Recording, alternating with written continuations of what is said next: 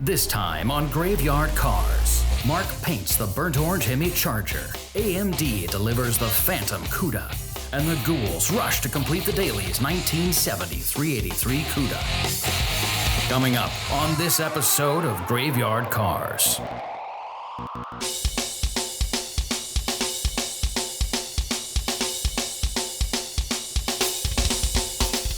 In case you missed it, our 1970 Hemi Charger is blocked and ready for paint.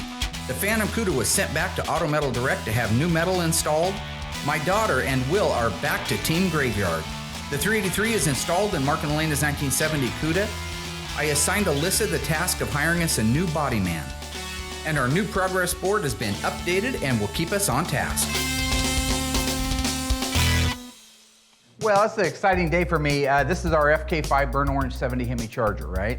As anybody that's ever known me, the show, read anything about me, my favorite color of all time was burnt orange.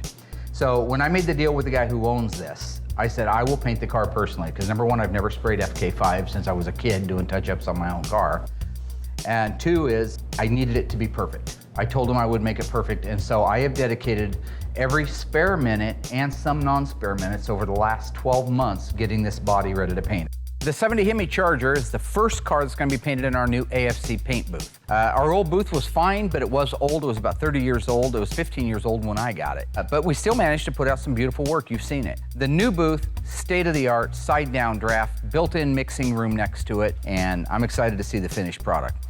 So what's the CFM when this thing's all locked up? This booth moves 18,000 CFM. That's 18,000 cubic feet of gas. Yes. This is our mixing room. So I'm talking about 8 by 16, 8 by 20, what is it? 8 by 16. So you know our other one was 5 by 9? Right. Yeah, you had to go outside to change your mind. I mean, that thing was small. Yeah, you have to have ample room to... You know, when I'm in there and I'm doing my thing, and I know you've seen the show, so you know. You got room to dance now. Got a little room to do my dancing. If I'm mixing up EV2, FC7, FM3, you know what I'm talking about? I can do this all day long. What paint code do you want? Give me a color. Give me a color, I'll give you the code. Sublime. Sublime, FJ5. You want the darker version, FJ6, acid grass green, or go green in the Dodge? Okay, how about Plum Crazy? Plum Crazy, FC7, DBC mix number, DBC 2210. Nice. If there's anything else you want to know about Mopars and paint, you just ask the kid. That's how I roll. I'm very humbled by the equipment that we now have. The shop is beautiful. The paint booth, best one on the market. And so when I look around here and I see that these are the fruits of our labor, I'm proud of it, but I'm also humbled.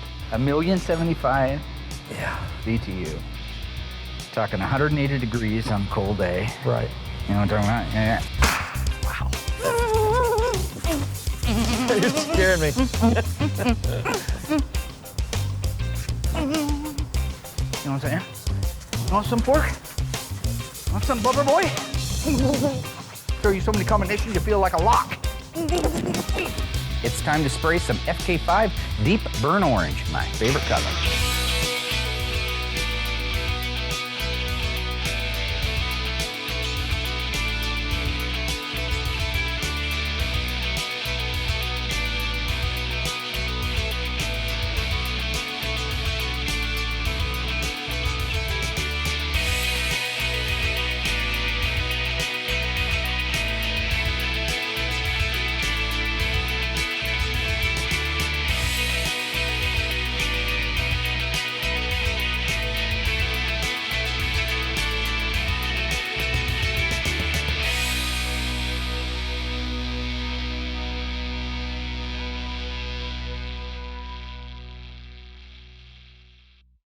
Our folks back east at AMD Installation are putting together our 1971 Phantom Cuda.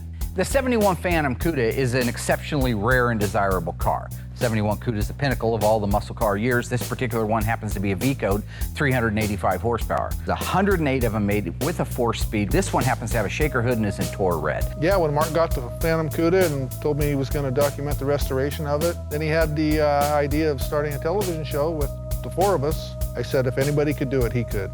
On July 5th, 1981, a guy was driving it. He was in a race with a buddy of his.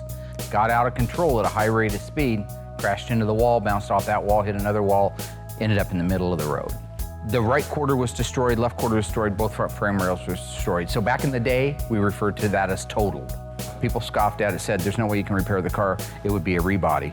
When I heard that people were saying that we were going to rebody the car, that's what inspired Graveyard Carz. I thought to myself, I want to document it. Every step of the process, I want it to be forever immortalized on film. As irony would have it, Mike Gregg came out a couple of years ago and we ended up talking about the Phantom Cuda. And as we were talking about it, we agreed one thing. It's certainly, my hunch is right. It's just a wrecked car that needs to be repaired. He made the offer. Look, if you ever get too far behind and you need some help, we got the AMD Installation Center. Let me know. I packaged the car up, which was a matter of putting it on a pallet and shrink wrapping it, loaded it onto a cargo truck, and shipped it back to Georgia. The guys back there dropped everything that they were doing at the time it showed up so they could immediately get it in and begin the restoration process on it.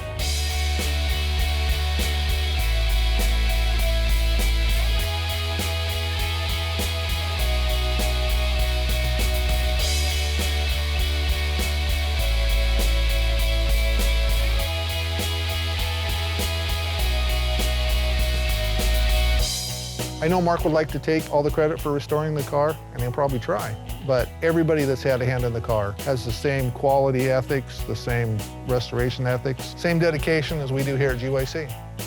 The truth of the matter is we're busier than we've ever been. I only have a short period of time on this earth to get these cars done. If I can take somebody up on an offer as generous as that, I'm gonna do it. It's going to allow us to move straight into body and paint as soon as it gets back in final assembly. So what's happening with the car is the same as if a collision shop was doing a car back then. They replaced the crumpled sheet metals with straight sheet metal, bodywork, paint, just like being repaired.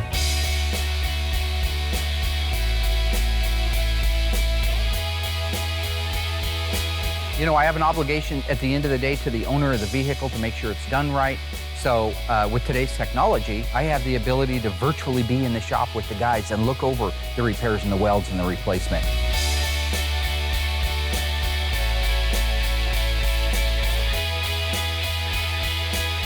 So when we got the car, it was a wadded up shell. When it left here, it had been stripped. From what I hear, it sounds like it's coming together. I'm really anxious to see it when it comes back. While things are moving smoothly, we still have deadlines here. Our 1970 Cuda 383 automatic FE5 Rally Red goes away in 1 week from now. The 340 automatic EV2 Tour Red Cuda goes away 2 weeks after that. To do these things, I just hired what I believe to be as a prodigy. After talking to him, meeting with him, I believe he is going to be the answer to our prayers. Hi, Alyssa. Hey! This incredible story becomes more ghastly with each report. It has been established that the unburied dead are coming back to life. So on this car, this is our 1970 340 Cuda. So this is a 340 automatic. It's a factory rear window louver car. It's a really neat car. It's a factory hockey stick stripe car. It's EV2 Tour Red. So far, we've completely stripped the body, completely disassembled the body, replaced nearly every panel on it. I'm talking about quarter panels, in and outer wheelhouses, trunk floor extensions, rear body panel. We're talking about center trunk floor, rear seat, under seat pans, both step wells, front aprons, and core support. Although we were able to save the original numbers in the upper tie bar because it was still in good shape. After that, we went through, we completely restored the rear end and it's installed and it's all out to spec for an 8 3/4 with a 323 sure grip on it. New drive shaft, had that made for the car only because this car isn't 100% numbers matching and I'd rather put a new one in than an old crusty rusty one, so that's got a new one in it. Motor and transmission, the 340 and the 727, which is correct behind the 340, not a 904 like a lot of people think, has been completely rebuilt. AMCO did that for us last year. The engine has been completely rebuilt. All the suspension K-member, upper and lower radiator hoses, everything that goes on these cars is brand new, and this car is ready to start. The other car that we're working on today is Mark and Elaine's 1970 Cuda 383 automatic. It came out here, we disassembled it, had the body dipped, brought it back, and since then we put quarters, outer wheelhouses, trunk floor, and trunk floor extensions in it, and one floor pan, the driver's side floor pan. The rest of it was in really good shape. Then we did the body and the paint and the assembly. The assembly included rebuilding the original 8 3/4 rear end with a 323 sure grip and a 489 case. The automatic transmission is a 727 torque flight. The owner had his friend build that transmission and the engine, which is a really healthy 383 that if you recall back to a season or so ago, you saw us started up on the engine run stand. So we know it did run. Now we just have to have all the plumbing right on it so it'll run today, which is your spark plug wires, carburetor, ignition, things like that. The rest of it's all built out. You'll notice a lot of things on this car that are not OEM.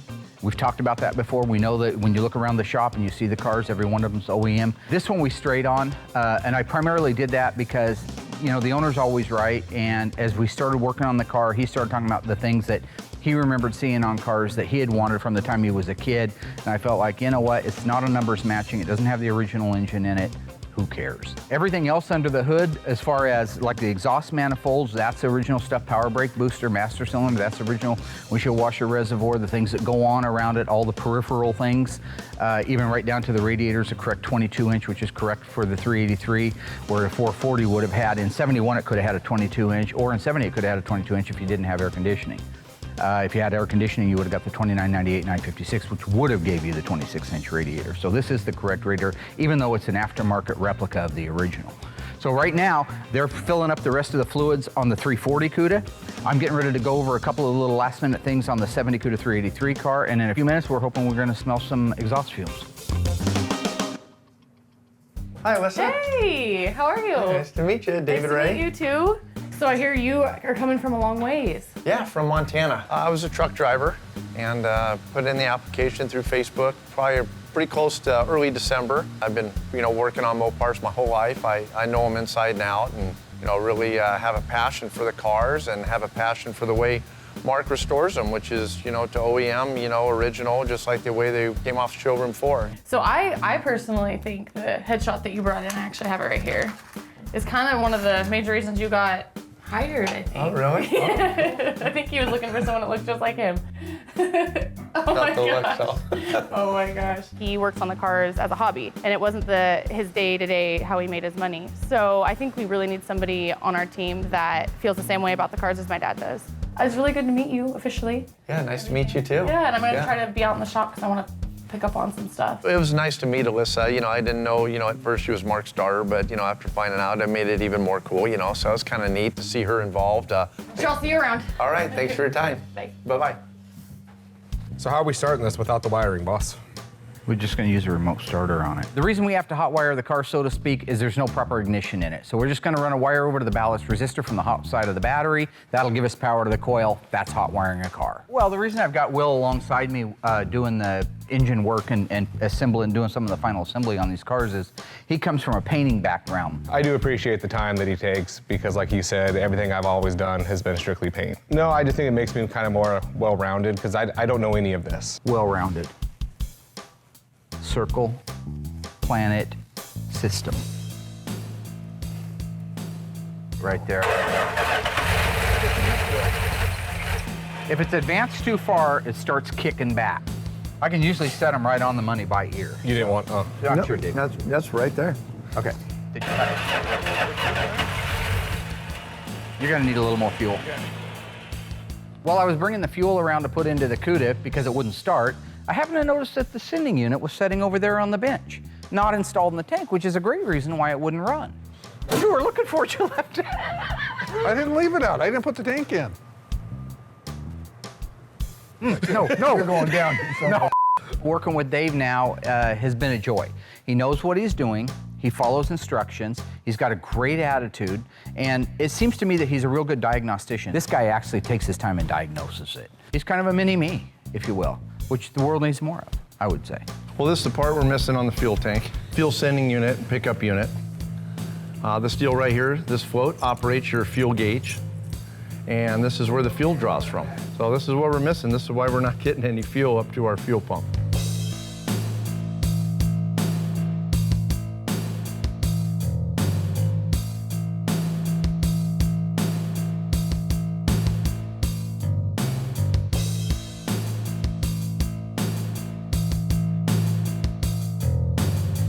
All right, let's start this mother humper.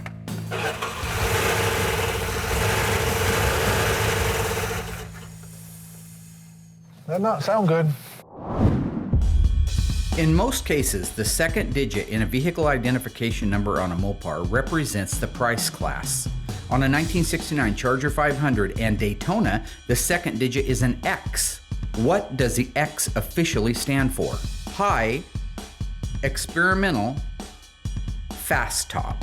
The answer coming up after the break.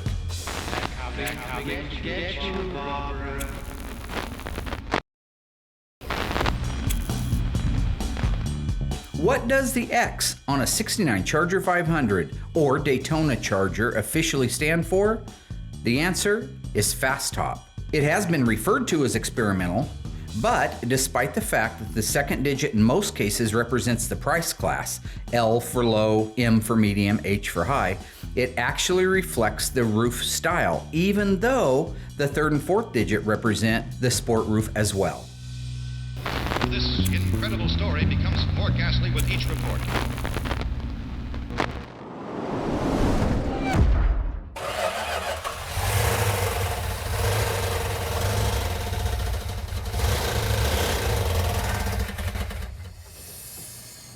That not sound good.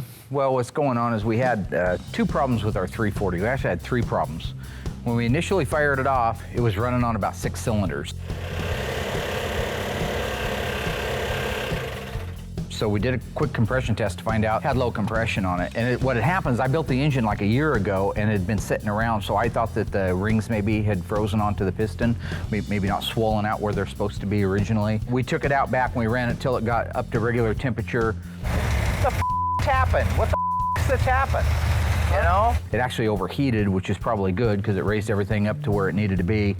And that let go of the ring, so we got our compression back. So that was one problem down, but now we've got an intake leak, vacuum leak, so it didn't want to idle under 2,000 RPM, and we've got a tappet that's making noise, or some kind of metallic noise that sounds like a tappet. So that's why we had to take the intake and the rockers back off again.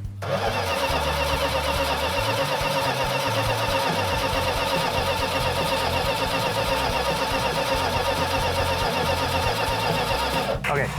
Let's just go ahead and take the rocker arm assembly off of there, push rods. Let's get everything over to the solvent tank, wash it down, and take a look at it. Yep.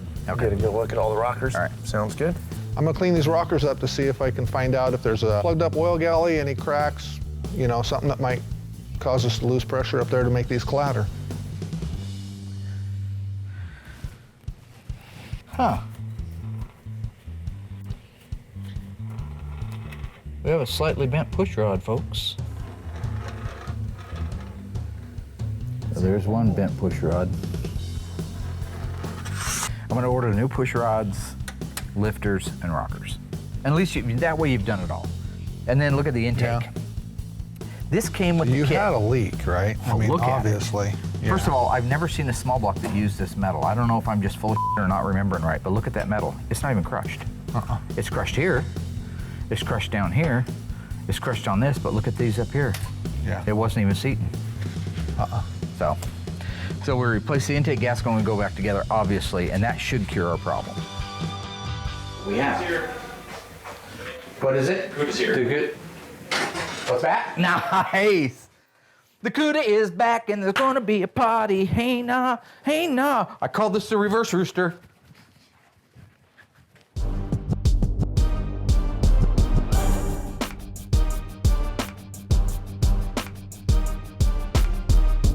Well, this is it. I mean, this is such a historic, this is a historic moment. Historic. This is our 71 Phantom Cuda. So with the agreement in place between AMD Installation Center, and myself, I packaged the car up, which was a matter of putting it on a pallet and shrink wrapping it, loaded it onto a cargo truck, and shipped it back to Georgia. The guys back there dropped everything that they were doing at the time it showed up so they could immediately get it in and begin the restoration process on it, moving it right to the head of the class. The truth of the matter is we're busier than we've ever been. I only have a short period of time on this earth to get these cars done. I want to get as many as humanly possible. If I can take somebody up on an offer as generous as that, I'm going to do it. It's going to allow us to move straight into body and paint as soon as it gets back in final assembly. So that's one more car instead of stopping all these other cars in their mid-process and putting that one ahead of it. So it's a win-win for everybody. It's a win-win for AMD, it's a win-win for Graveyard Cars, and for the world that wants to keep cherishing these cars for the next 100 years.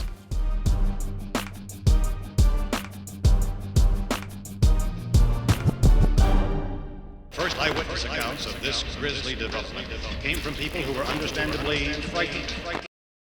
It has been established that the unburied dead are coming back to life.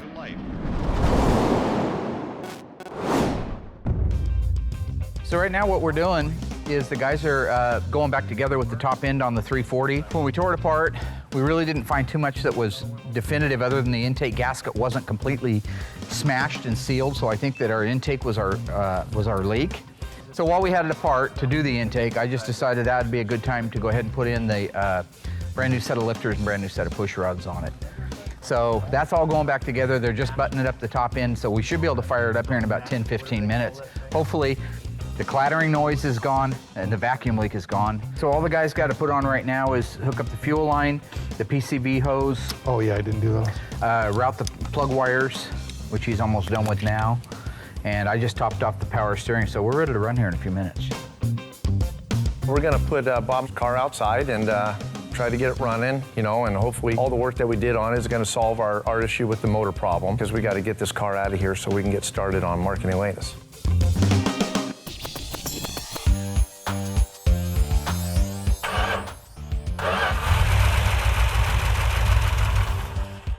That's the way it's supposed to Bump run. me up just a hair more timing.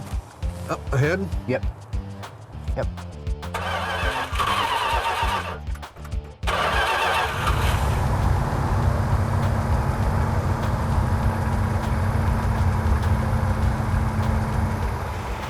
So right now we're just letting it break in. It sounds like it's running a whole lot better. Sounds like we might have got rid of our vacuum leak, so we're just gonna run it up to operating temperature, about 2,000 RPM. And as soon as it's all warmed up and broke in, we can set the idle down, set the timing, set the air fuel. Hopefully the lifters get a little quieter. Mopars aren't the greatest oiling engines in the world. Sometimes they take longer than others. Come on, baby. So everything really, for the most part now, is starting to dial back in. I don't know if it was a lifter or push rod or a combination of both of them that were making all the noise. That has quieted down quite a bit. Definitely is running better. We still got to get it up to operating temperature. He's checking the water on it right now. We may need to add some to that. If we can get it to run and idle and do all the things it's supposed to do, we can set the timing on it. And hopefully after that, we're ready to pull it back inside and start putting it together. Thing is, Royal wanted to just, tear the whole thing apart.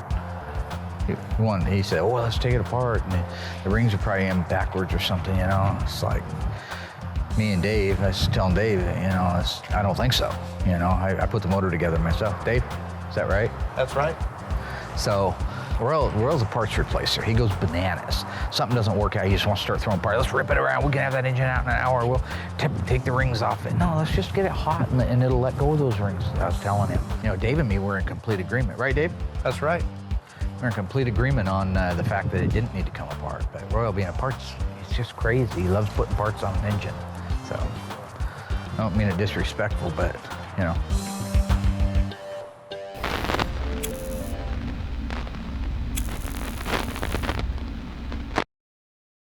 This incredible story becomes more ghastly with each report.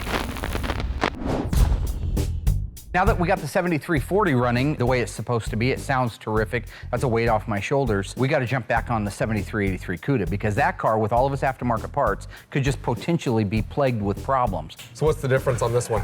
The difference is this one's going to start. First time? Well, we've already had it on the engine run stand. It's just that the guy wanted all these crazy wires, the 8mm wires, and he wanted electronic ignition because it's not OE. The whole thing's been a pain in the ass because of that. Dave is doing a fantastic job on the car. Like I said before, he's a great diagnostician. He's a problem solver. So with all this aftermarket stuff, instead of just throwing his hands up saying it doesn't work, he's solving the problems. Glad to have him doing it because honestly, that's the kind of stuff that frustrates me. I'm glad I don't have to be doing it. Mark and Elena's car had some challenges. Anytime you deal with aftermarket parts, you're gonna run into challenges. I mean, when you're working on a car that nice, just starting in and saying, here, go to it, get all the glass lined and just start putting parts on the car, the nerves start going. We had to go with that custom 2-groove pulley on the top because that power But you ran the original 070 fan, right? Yep, 070 fan with fan clutch. The fan clutch is what I mean. And and you use an original throttle bracket? So yeah, throttle bracket is an original bracket, modified, of course, for that Edelbrock intake. Everything had to be changed and tweaked just a little bit to make everything work. Custom built everything. But do you feel pretty good about the conversion kit? Feel pretty good about the conversion kit. It's a standard conversion kit from going to points to electronic ignition. Okay. So we're just just hope that it actually. Yeah, hoping and that you're plugged in. Yep, plugged in there, and it plugs in all the original clips and everything, and then you run the one lead to the coil, and God, let's just hope it does something. Yep. Okay, this one's actually got some fuel, doesn't it? Yeah, how old the fuel is, I don't know. So let's try it. Oh, give me some advance on that. Oh, we're going this way, right? Yes, sir. Right there. Okay. You'll get there. You know what that is? What'd you see? Yeah, I know exactly what that is. What? As soon as he lets off the key, the starter bypass circuit goes to Does it? Yep. We got an aftermarket steering column in this. It's actually a GM steering column. I know it's not original OE Mopar, and it's got a custom steering column. And what Mark is explaining is whenever it's in the start position, meaning the motor's cranking, you're getting ignition. And so it'll actually fire the motor. But as soon as you let off the start position to have it in the run position, we're losing circuit. So it's something in that steering column. We noticed the lock mechanism was messed up on the ignition, and the ignition just feels funny, and so there's obviously more things wrong. We probably want to go through this, though. So is it this one here? Well, that's electronic. I don't know if it must Yeah, be. it should. It's still using ballast resistor. I'll clip it on there, and you can snap that right over the top of it, I think. Here? Yeah, let's see if that'll work. It probably won't. It'll probably blow up or something. Ready? Yeah, try it.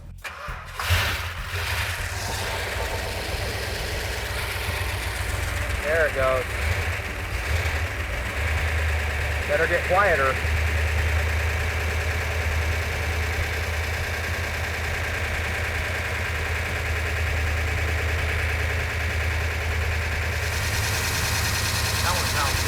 The engine sounds every bit as good as it did when it was on the engine run stand. That's fantastic. We need that. A little luck is a good thing to have.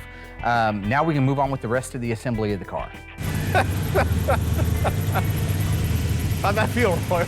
Once again, not to beat a dead horse, but Dave is doing a great job, and not to take away from anybody, any predecessors, because everybody's worked hard over the years, but he is truly a prodigy. He knows what he's doing. He's on track. He's getting things done. Right now, he's getting ready to move the car outside and run through the gears, top off the transmission, make sure everything's working like it's supposed to. While he's doing that, I'm gonna go over with Mike and start building out the 1974 46 pack for the 4-speed plum crazy FC7 Challenger RT. So I think you already did the differential on it, right? Yep, differential's full. But if you're looking for me, I'll be over in the machine shop because I'm gonna help Mike put together the 446 spec engine for our purple car, which is the next one you're gonna be putting together as soon as you're done with the 340 Cuda. Perfect. Sounds good. Give him a look. Yeah. Give him. All right. What we're getting ready to do right now is assemble the 440 6-pack engine for the 70 Challenger RT, which is a JS23. What's the 5th code for a 440 6-pack and 70? I can't remember. V like victory. V like victory. Oh, Okay. that's right. Yeah. All We right. talked about that This is the numbers matching engine. How can you tell? because it's the same as the last of the VIN number, right? And that is the original VIN number to our 70 Dodge Challenger RT 446 pack 4-speed Dana track pack 354 rear end. It's FC7 black vinyl top, no stripe delete V88 car, but it does have the RT badges, which is mandatory, and it also has a mandatory rally dash in it. Other than that, it doesn't have a whole lot of options on it. Now we're gonna go ahead and get the car running and put it in gear and make sure the tires and everything are turning in forward and turning in reverse.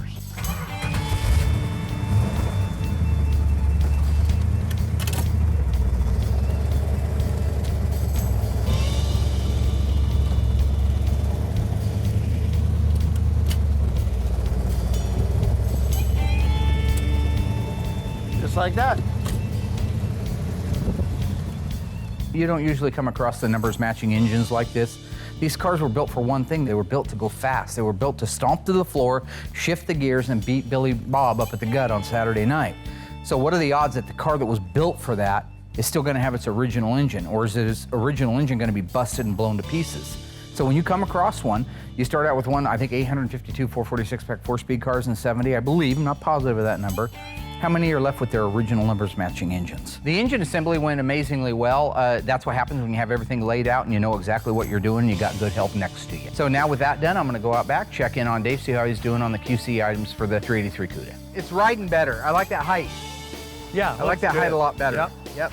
It's nice. Should have a little more clearance on the front wheels. Once I get the alignment, that should be perfect. Yeah, I brought the back up a little bit. It looks a lot better, yeah. One of the best parts of my job is being able to road test these cars. I don't always get to do it.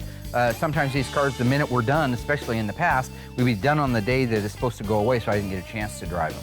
In this particular case, I do. So I'm excited to go do that. And of course, you know, when you're test driving a car, I think that one of the fundamental things that has to be done is squawking the tires, schnorking them. What? Oh, crap. True or false? The vehicle identification number on a 1970 Plymouth Superbird did not distinguish it from its sister, the Plymouth Roadrunner. The answer coming up after the break. This incredible story becomes more ghastly with each report.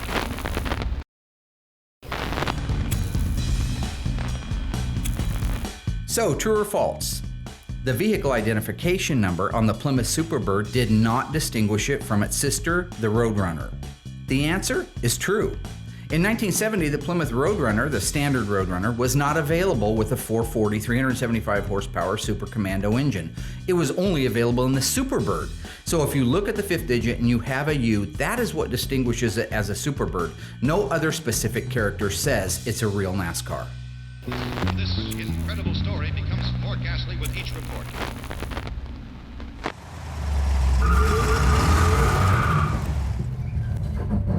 What? Oh, crap. Sounds like the brakes. Well, I mean, the engine runs great. When I did my burnout, it looks like it might have... My initial thought is anything can happen. There's 450,000 moving parts inside of a car. So inside the brakes, it sounds like something may have come off, maybe a keeper. Something's dragging in there, so. Yeah, it's just the rear brakes or something's, it sounds like something fell apart in there. So I'm just gonna use the stringo to move it back inside. We'll get it up in the air and see what it is. Well, for the most part, everything worked great on the car. It ran driving fine. We got a little noise in the back end. I think it's a brake part or something that came apart. So we're gonna get the wheel off of it and take a look at it. And that's what happens, and that's why we road test them, is to find out problems, you know, before the customer has them. Dave has been doing a fantastic job. We're nearly out of the woods. Couple little faux pas inside the brakes. We'll fix that. We'll be ready for tomorrow morning. That's it. Those pieces, Right. yep. We'll do it. This is really cool. The guys came out from AMD to check in on the car to make sure we're happy. That's customer service. On top of everything, they flew 3,000 miles just to make sure that we're pleased with the finished product, and we are. It's absolutely amazing. It's beautiful. All right, Haas, what do you want to show me? If you have a Torx wrench, we can take that striker out right there. Oh, Look at that. oh, I don't believe that. So this thing actually covers the original footprint where the actual Just door put it back on there closed. and the door will shut again. Okay, there's a little tight. And that should just go. That's insane. When you get a glimpse into the installation center and the way that we assemble the car, we've designed proprietary tables, which is basically what the factory did. Has the master pinholes designed into it, and then the pads for the datum height. Really, rebuilding a car like this is all about the control. So the fixture for us is our control device. Royal, do you know what it means? Yeah, that's amazing. I mean, you're a carpenter, right? Go tear a house down to its foundation. Reuse the original door jamb. Put the whole house back together again and use the original screw holes for the hinges. Good luck with that. Okay, for any car that's going to be a real car, it still has to have the VIN numbers in it. Absolutely. So, You're just restoring the body. Yep. and you know where they're at. Oh, 'cause yeah. You are all things Mopar. Oh, yeah. That's our original cowl. Look at that. This car right now, besides the fact that it looks great and is ready for body work, is exactly the way it was when it rolled off the assembly line before it went through body work. And its claim to fame is, of course, we needed to save some body numbers, right? Right. We had a wadded up core support, but a portion of it was good, so we were able to save that. So the body numbers are still in the core support. You saved the cowl, which means we have all of that original stuff on there. I noticed that you put the entire left side rocker. You used Both sides. Both side rockers. Your rockers. The rockers Okay. from the car. Okay. Salvage the rockers. I am 1,000,000% happy with the job that AMD did. It's exactly the way we would have done it. Now with those things in place in the body and it's setting on a chassis, we can begin the final stages of this car's resurrection. Unburied dead are coming back to life. This incredible story becomes more ghastly with each report. So our little 70 Cuda is just about finished. We have all of the car complete except for the final detail stages. That's what Royal and I are getting ready to do now. That's the waxing, the detailing, getting compound out of the jams, wiping under the hood. We install all of the OEM decals back on it. After that, we're literally ready for Mark and Elaine to show up and pick up the car. What's kind of cool about today is with the old shop, we were just always seemed to be panicking. Now we're not panicking. We're done, we're out of the woods, we're doing a last minute detail. Boom, Graveyard Car's on to the next one. I close this trunk lid and our car's done. If I can get Chrome Dome to work, are you done under there? How long are you gonna milk that for, Mary? Oh, I get it done.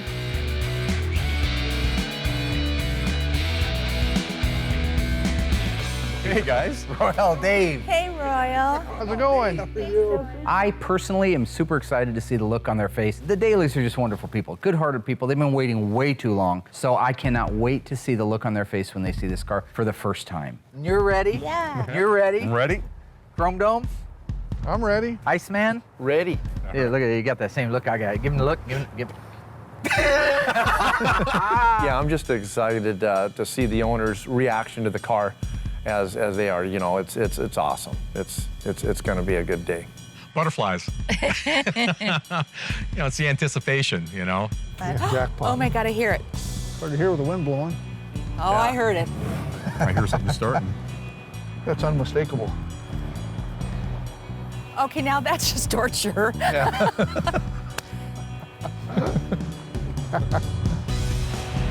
Oh my God. Holy smoke. Well, when I saw that thing coming around the corner there, it was just, couldn't believe it. It was amazing, amazing. It looks really clean with those tinted windows.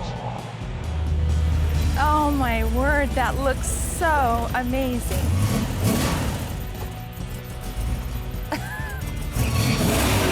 Wow. Can you believe it? Isn't that beautiful? Wow. What's wrong? Oh my God, it's just gorgeous. It looks better in real life than it even does in pictures. Mark? Yeah, it's gorgeous. Oh my gosh. Absolutely stunning, isn't it? It exceeds my expectations, let's put it that way. After the long wait that we just went through here in this car, it's a gem. It's beautiful. Can't believe how it turned out. That is freaking beautiful. Finally. Well, hop in. I have a traction map there for you. Wow, look at the dash. God, man, I am just blown away. Dang. But take a look at that. Oh. Kept all your MTs, kept the original, your powder-coated intake manifold. Holly redid the carburetor for us. This is a correct replica of the 3-core high-capacity radiator for it without having to punch holes for the 26.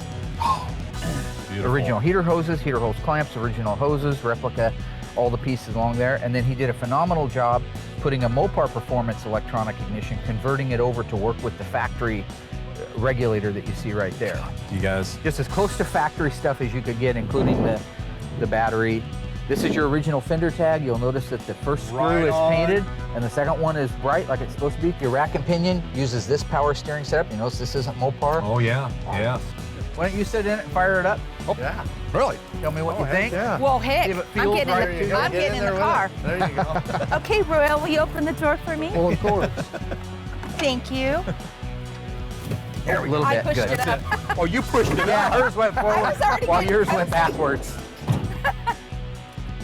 Keys. Huh? Oh. That's gonna come in handy now, isn't it? Now this is the sinful part, but this minor is your detail. fault, not mine. Oh, GMC. no. I was gonna That's say, on you, that's buddy. a freaking G. I usually melt when I get close to stuff like that. Hiring Dave was the right answer, and it's proven in every car he's worked on, and it's certainly proved in Mark and Elena's car. The reaction was fantastic. I was so proud to be a part of this project, doing my first car here at Graveyard Carz, and to see the reaction was just, it was awesome, phenomenal. Go test drive it? Sure. Don't let me stop you. Let's go. Let's hit the road, babe.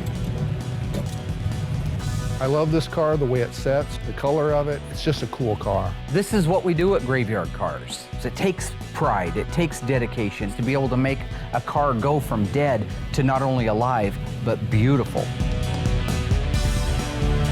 Unbelievable. This is beautiful. Yeah, the guys did an amazing job on this. Beautiful ride. And listen to that. It's just awesome.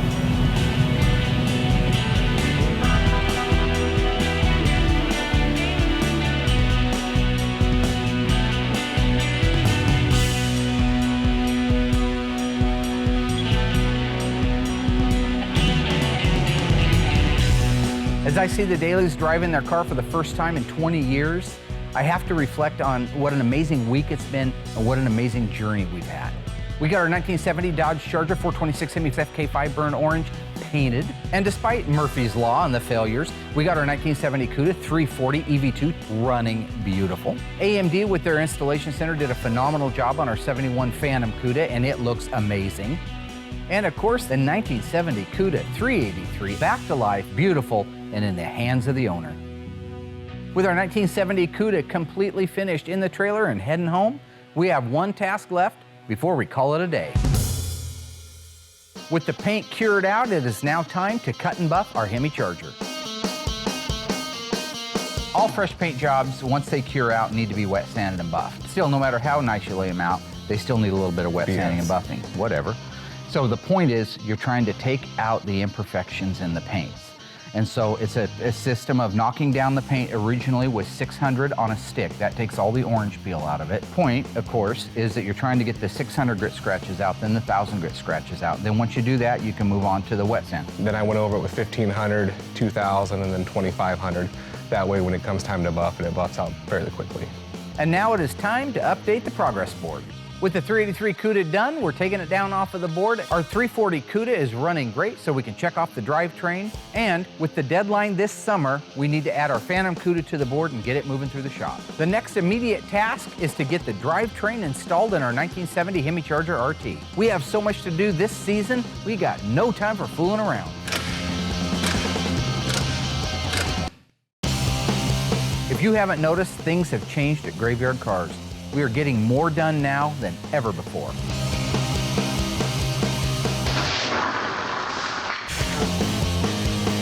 Even though we've got our show, even though we've got our shop, even though we are the best in the world, we are at the root of it all, Mopar lovers. We're blue-collar, in the trenches, hard-working American folks with the motto, it's Mopar or it's no car. Give me one right in there on that inside of that. No. Oh, dear God. Why have you gone crazy? Next time on Graveyard Carz, the pace is quickening for the burnt orange Hemi Charger. She is enchanting. She is sexy. She is jealous. She is the essence of evil. She is Christine, a 1958 Plymouth Fury. No one that knew her is alive to issue a warning. But the moment she seduces you into the driver's seat, she will own you, body, mind, and soul. There's no place you can go that she will not find you, no speed you can run that she cannot match. And she can never be stopped, because you cannot kill what cannot possibly be alive.